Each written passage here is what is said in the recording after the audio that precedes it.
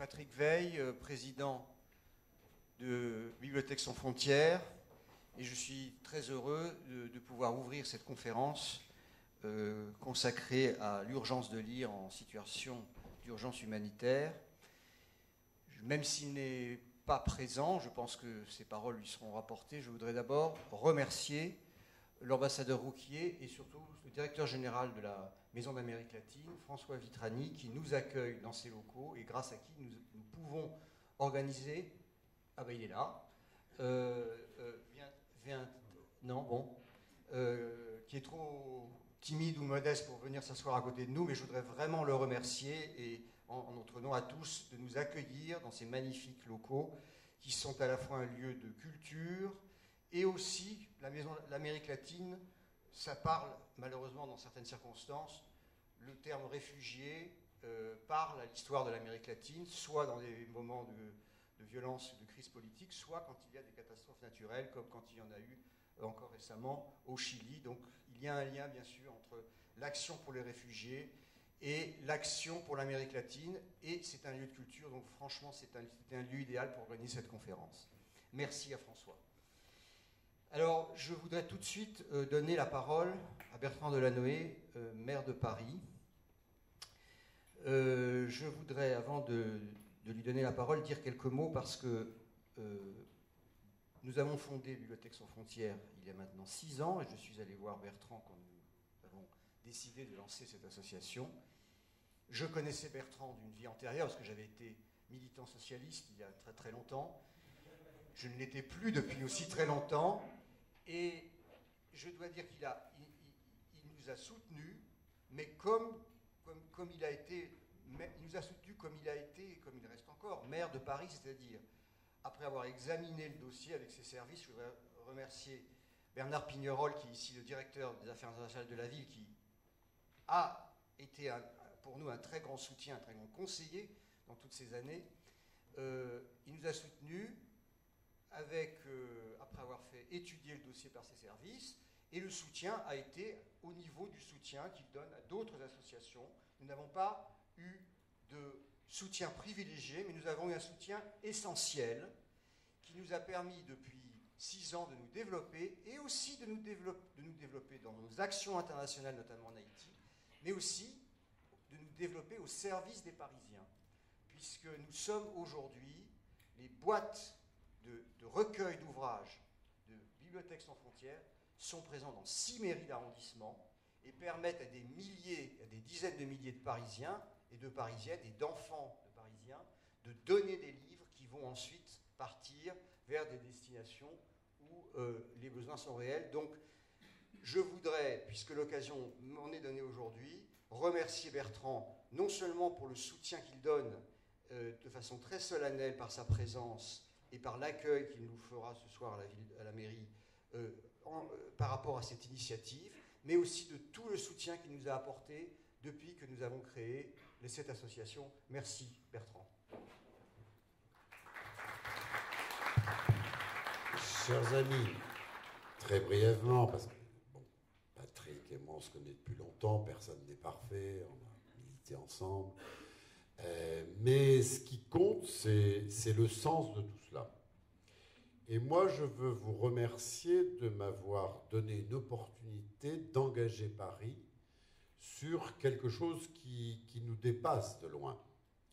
Car nous, les élus locaux, par rapport à des situations de souffrance dans le monde, notre première réaction, c'est de donner à manger, d'héberger, de permettre l'accès à l'eau, l'accès à la santé.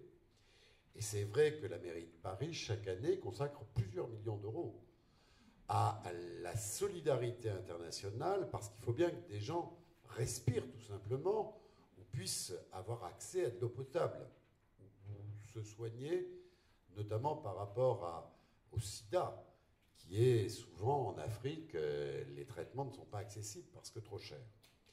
Mais grâce à vous et à quelques autres, et Patrick a eu raison de dire qu'il n'y a aucun privilège dans le soutien que la mairie de Paris apporte à votre association, c'est l'idée que je ressens profondément dans une ville qui subit une crise économique et sociale, morale même, terrible. la cohésion sociale est abîmée au cœur même de nos quartiers par cette crise. Je sens à quel point il faut même mettre au même niveau l'engagement pour la solidarité, pour la cohésion de la société, et l'engagement pour le sens, c'est-à-dire la culture. La réponse à la fracture qui existe et dans le monde et dans nos sociétés développées, elle est à la fois sociale et culturelle. S'il n'y a pas accès à l'éducation, accès à la connaissance, passion de la culture, alors nous sommes en danger en termes de civilisation. Et donc, la place que vous donnez dans la réponse à des catastrophes ou à des crises humanitaires par la culture et la lecture est une place aussi vitale que la vie même. Et donc, je veux vous dire que non seulement je suis heureux de contribuer modestement, mais de contribuer à cet engagement, parce que j'ai bien vu ce que vous avez fait au Chili, au Japon, en Haïti, quelle que soit la nature du drame, quelle que soit la souffrance à laquelle on tente de répondre, il faut soigner le corps et l'esprit. Et dans les deux cas, c'est une question de survie. Et donc, ce que vous faites par la lecture est quelque chose d'essentiel qui mérite que nous nous engagions à vos côtés, mais ce qui me plaît aussi, c'est que vous le faites avec le sens de l'innovation. Et pendant ces 2 jours de travail, de réflexion, vous rassemblez des personnalités éminentes. Je salue celle qui est à côté de moi, mais il y en a plein d'autres dans la salle, et puis il y en aura d'autres encore. Et ce qui est bien, c'est que vous voulez non seulement être classique, la place de la culture et de la lecture, mais vous y ajoutez l'effort sur vous-même pour le faire avec des méthodes aussi performantes et aussi adaptées. Vous voyez, il y a même des grands écrivains qui nous rejoignent et que je salue chaleureusement. Et vous voulez le faire avec des méthodes qui soient les méthodes du XXIe siècle. Et vous avez raison. Et je suis vraiment très heureux de pouvoir accompagner ce sens de votre action, la recherche de performance. Parce que les bons sentiments sans la recherche d'efficacité n'ont pas de sens. Et l'écrivain que je saluais a été ambassadeur, donc il sait très bien que pour faire du bon travail, il faut avoir des convictions, il faut mêler toutes les intelligences, mais il faut chercher, il faut innover et il faut rechercher le résultat, parce que sinon on se contente d'avoir bonne conscience. Et donc c'est ça que je veux saluer dans votre action, et puis vous dire autre chose. Moi j'ai remarqué que engager des citoyens de sociétés plus favorisées, malgré leurs difficultés, comme les nôtres, ça les grandit aussi. C'est-à-dire que tu parlais des 6 mairies d'arrondissement dans lesquelles on engage à donner des livres. D'abord, je regrette qu'il y en ait que 6. Tu vois, je n'ai pas fini le boulot. Il y en aura pour ceux qui me succéderont parce qu'il faudra que ce soit 20. Et les citoyens qui sont amenés à contribuer deviennent plus intelligents eux aussi et plus solidaires. Et quelque part, ils s'interrogent. Ils apprennent ce qui se passe dans un certain nombre de pays, comme tu as parlé d'Haïti, même si on a des difficultés sur place pour continuer, y compris les autres actions de solidarité, parce qu'il faut bien des interlocuteurs sur le terrain. Mais les citoyens qui disent « Ah ben oui, je contribue, je vais donner des livres, etc. » Ben oui, mais eux-mêmes sont plus intelligents et reçoivent quelque chose de leur propre engagement dans vos actions. D'ailleurs, je vais y ajouter une note personnelle. D'abord, vous remercier parce que vous m'avez donné l'occasion d'ajouter un volant tout à fait pertinent à la solidarité de Paris dans le monde. Mais moi-même, cela m'a amené à donner des livres. J'ai 4 bibliothèques à la maison, archi-bourrées, et je reçois beaucoup de livres, j'en lis beaucoup. Et je t'annonce, mon cher Patrick, que je vais quitter, ça tu le savais, la mairie de Paris dans un peu moins de 6 mois. Et j'ai des quantités de bouquins, alors je les ai lus, mais je ne peux plus les stocker dans mes 70 mètres carrés. Bon, pourtant j'ai changé d'appartement pour ça. Bon, j'y arrive plus. Et donc je vais vous en donner encore plein. Et on peut préparer là, parce que j'en ai plein qui vont rester dans des placards, quelle que soit la personne qui me succédera, elle ne va pas tout lire. Bon, donc je vais vous en donner encore un bon paquet. Il y en a des lourds. Hein. Bon, voilà, donc ça me fait plaisir. Je pense que c'est utile. Et puis voilà, je vous le dis, je me sens un peu un militant de votre cause et même de votre association. Donc, je n'exclus même pas, quand je ne serai plus maire de Paris, de ne pas totalement vous lâcher. Vous n'êtes pas débarrassé de moi. Et commencent quelques idées qui germent dans ma tête et je vois tel ou tel endroit où nous pourrions démultiplier, et je pourrais en prendre peut-être un petit peu ma part, pour voilà, l'accès à la connaissance, le bonheur de vivre. Le bonheur de vivre, c'est de lire, c'est de connaître, c'est d'aimer. Et pour aimer, il faut pouvoir avoir accès au beau, au sens. C'est ce que vous faites tous ensemble. Et vraiment, au nom de Paris, pour cela, je veux vous exprimer ma gratitude et vous dire aussi mon engagement aujourd'hui et demain. Merci beaucoup.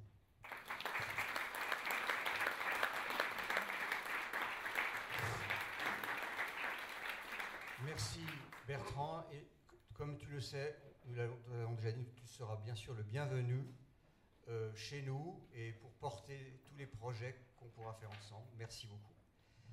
Par respect pour notre hôte, bienvenue aussi à Alex Soros. Et je vais maintenant, je vous signale, passer l'anglais. Donc, pour que Alex comprenne directement mes paroles. I would like to welcome in this place in Paris, Alex Soros, and to thank him from the deepest part of my heart. We have met very recently. We have been in contact since few months. Immediately, when Alex heard and read about the project Idea Box, he immediately expressed his enthusiasm and his will to back it.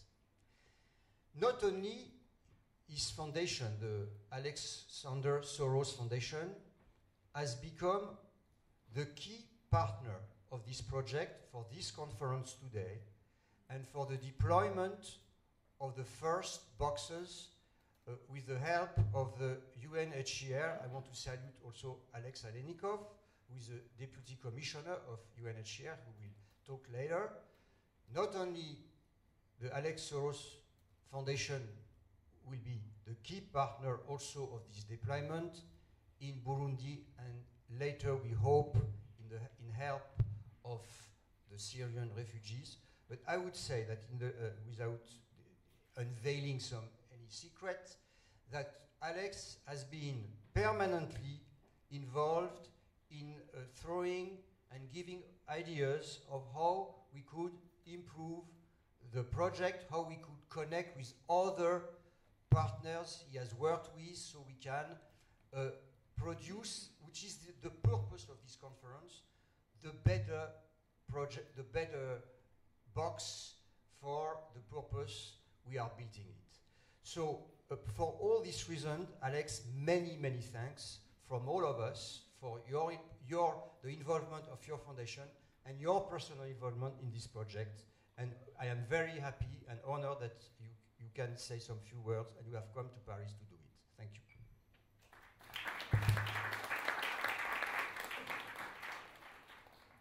Thank you very much, Patrick and Mr. Mayor and all these distinguished guests. It's really a delight to be here this morning and to express my foundation's full support for Bibliothèque Sans Frontières and in particular for this call for action for the urgency of reading, which promotes not just information but also culture to refugees during humanitarian crises. I'm really proud to support Libraries Without Borders, especially their innovative approach to this problem through the Ideas Box project, which, as we will see, will aim to create mobile cultural centers to be deployed in refugee camps throughout the world. Both the Ideas Box project, the urgency of reading, call to action are consistent with my foundation's goals to promote global social justice and education, especially among the world's most disadvantaged and vulnerable. The ability to read and write, to access information and communicate, I believe is as important in emergency situations as it is in everyday life. Unfortunately, this aspect of humanitarian assistance is often overlooked and rarely acknowledged. Beyond its advocacy work, which I believe should be acknowledged and praised in its own right, the Libraries Without Borders' commitment to designing new and innovative devices adapted to the reality on the field is truly inspiring to me. And I'm convinced that the Ideas Project will help meet the intellectual needs of the refugee populations. Over the last months, I have worked closely with Patrick and the LW team to bring the project to fruition. Very soon, my foundation will assist Libraries Without Borders with the deployment of the first boxes in Burundi and hopefully many more places. So it is with great pleasure to open this conference. The experience and talent of all those present here today from so many different fields will be essential to our success. I hope this conference will also pave the way for better recognition of the intellectual needs of refugee populations by international organizations, governments, and international humanitarian communities as a whole. Thank you for joining us, and I wish everybody a very successful and inspirational conference.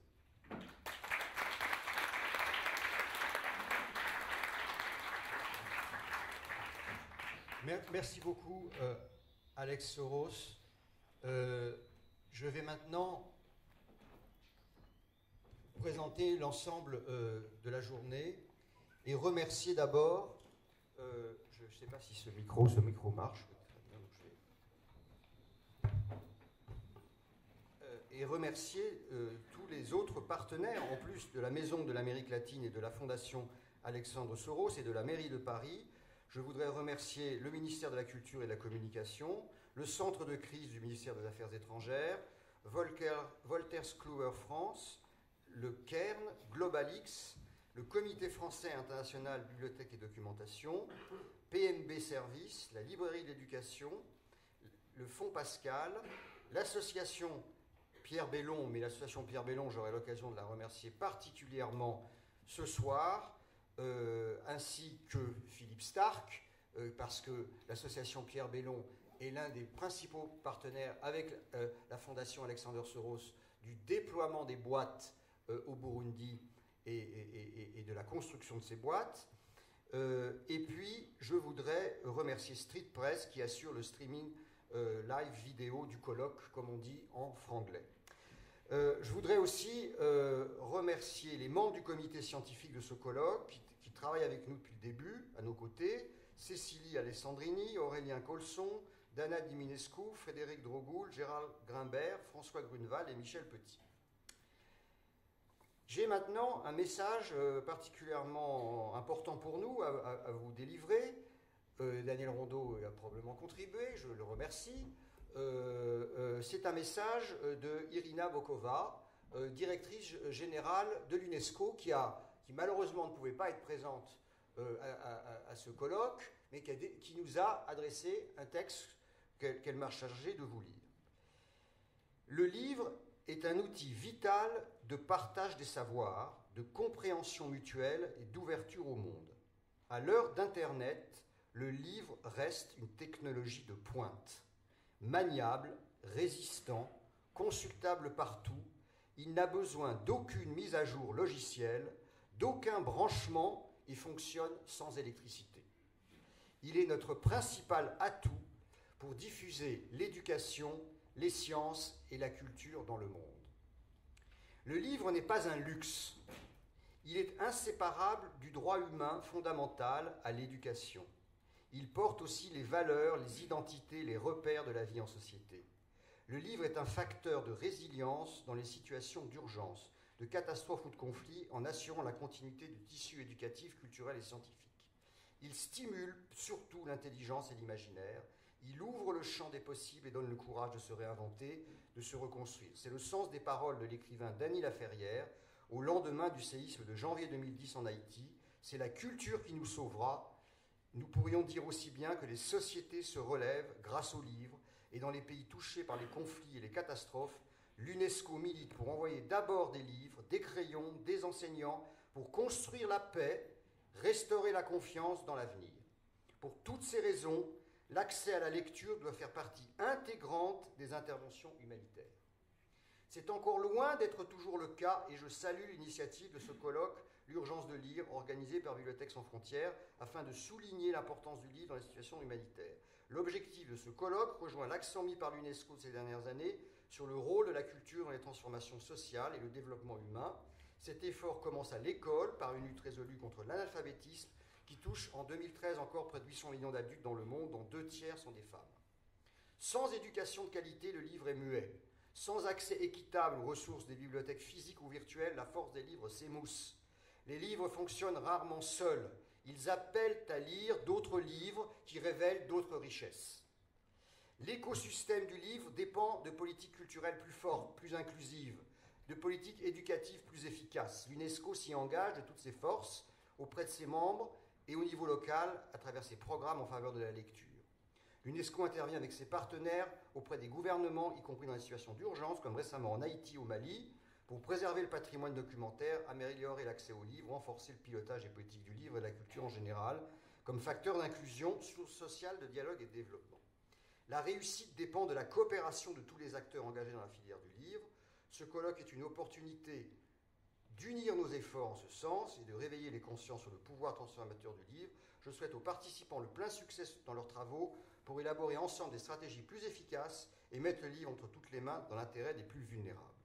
Merci beaucoup à Irina Bokova. C'est très important pour nous, le soutien de l'UNESCO pour le présent et pour l'avenir, et nous souhaitons vraiment que l'UNESCO soit participant de ce projet. Je voudrais maintenant dire quelques mots moi-même en tant que président de l'association Bibliothèques sans frontières sur l'origine du projet. Lorsqu'une catastrophe humaine survient, les premiers secours se portent, comme l'a dit tout à l'heure Bertrand, sur les blessés qu'il faut sauver, sur la nourriture, les abris, les vêtements qu'il faut rapidement fournir aux hommes, aux femmes et aux enfants qui sont en situation de détresse. Ces besoins vitaux, une fois assurés, très vite cependant, quelque chose manque. Car qu'est-ce qu'un homme, une femme, un enfant, si, une fois sa vie sauvée, de la nourriture et un gîte trouvé, il reste, ou elle reste, sans activité, il ou elle ne peut pas lire, écrire, dessiner ou communiquer, et reprendre ainsi sa place dans la communauté des humains pour pouvoir se reconstruire et se projeter dans l'avenir. Répondre aux besoins humanitaires est bien sûr la première des priorités en situation d'urgence, mais nous avons pu expérimenter combien accéder à la lecture ou à l'écriture en situation d'urgence est également essentiel.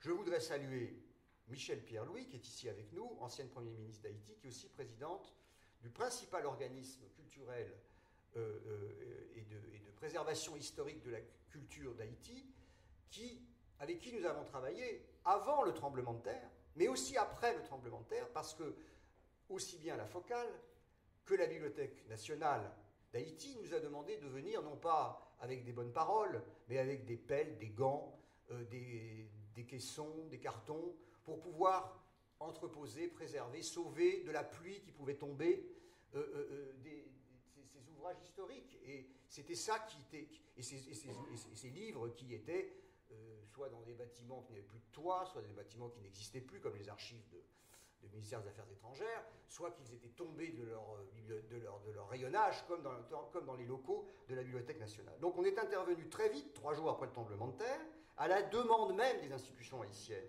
Et ici, en France particulièrement, je le dis franchement, on nous a dit, mais vraiment, vous pensez que c'est important? Vous croyez vraiment que À quoi vous servez à quoi ça sert d'envoyer des livres? Vous pensez que c'est ça dont ils ont besoin, les Haïtiens, de vos livres, etc. Et alors, vous savez, on était un peu défensif, en quelque sorte. Nous ne sommes intervenus qu'à la demande des institutions haïtiennes. C'était vraiment la réalité. Dès que l'Internet a été reconnecté, on a reçu des demandes précises. Et on est passé, grâce au soutien d'Air France, par la République dominicaine pour pouvoir accéder à ces demandes. Mais ensuite, par une sorte de chaîne de solidarité intellectuelle, je veux ici remercier Eugène Fidel, un de mes collègues de la Yellow School, qui m'a dit d'aller regarder le guidelines de l'ONU. Et qu'est-ce qu'il dit? Mais il n'y a rien qui est prévu sur cette dimension-là. Oui, on parle des vêtements, des blessés, de la nourriture, des enfants. Oui, les enfants, il faut les remettre à l'école. Mais les adultes, il n'y a rien de prévu. Il n'y a rien de prévu. Or, nous, on s'est rendu compte, après notre expérience haïtienne, et on est parti de là, que, évidemment que c'est un besoin essentiel. Évidemment qu'une fois qu'on a sauvé sa vie physique, et qu'on peut être dans des conditions de vie relativement normales, eh bien, si on ne peut pas accéder à la lecture, à l'éducation, à la culture, on dépérit, on s'ennuie, et donc il fallait faire quelque chose. Et c'est pour ça que nous en avons lancé un appel, et certains des membres de l'équipe de Bibliothèque Frontière, que je veux d'ailleurs remercier globalement, sous la direction de Jérémy Lachat, qui a fait un travail magnifique depuis le début de cette campagne, peuvent témoigner que on a contacté des grands écrivains, des prix Nobel, et d'habitude, je pense que tous les jours, il reçoit des centaines de demandes. Et bien là, les demandes ont traversé les attachés de presse, les bureaux, enfin ça, elles ont été transmises. Et les signatures sont arrivées. Et on a eu 9 prix Nobel de littérature et de la paix, d'où une douzaine de prix Pulitzer, la moitié de l'Académie française. Donc on a vraiment senti qu'il y avait quelque chose, que ça correspondait, cet appel correspondait à quelque chose qui était ressenti comme un besoin urgent.